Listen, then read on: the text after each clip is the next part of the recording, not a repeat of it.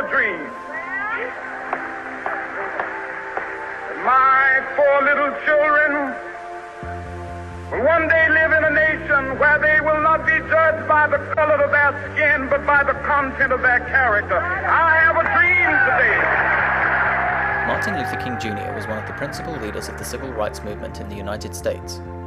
King challenged racial discrimination and segregation, and he was a prominent advocate of non-violent protest. A long way to go, but I think the important thing is that we are making progress. King was born in 1929 in Atlanta, Georgia.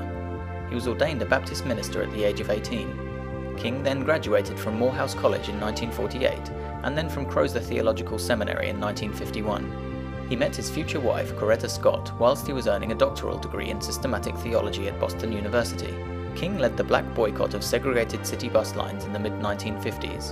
In 1956, he gained a major victory as a civil rights leader when buses in Montgomery, Alabama began operating on a desegregated basis. King and fellow civil rights activists founded the Southern Christian Leadership Conference, or SCLC, which earned him a greater platform to pursue further civil rights activities. His campaigns in Birmingham, Alabama, Selma, Alabama, and St. Augustine, Florida, were strategic efforts to promote civil rights for African Americans. During these protests, hundreds of marchers were assaulted, arrested, and jailed. In 1963, King spearheaded a march on Washington, which brought together 250,000 people.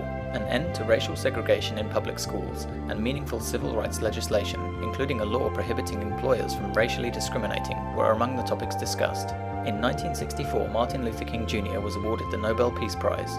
King and the SCLC attempted to organize a march from Selma, Alabama to the state capital of Montgomery, Alabama. The demonstration was aborted due to violence against the participants caused by outraged citizens and the police. The day has since become known as Bloody Sunday. This was a major turning point in an effort to garner public support for the civil rights movement.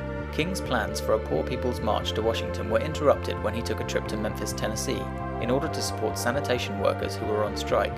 On April 4, 1968, Martin Luther King Jr. was shot and killed as he stood on the balcony of the Lorraine Hotel in Memphis.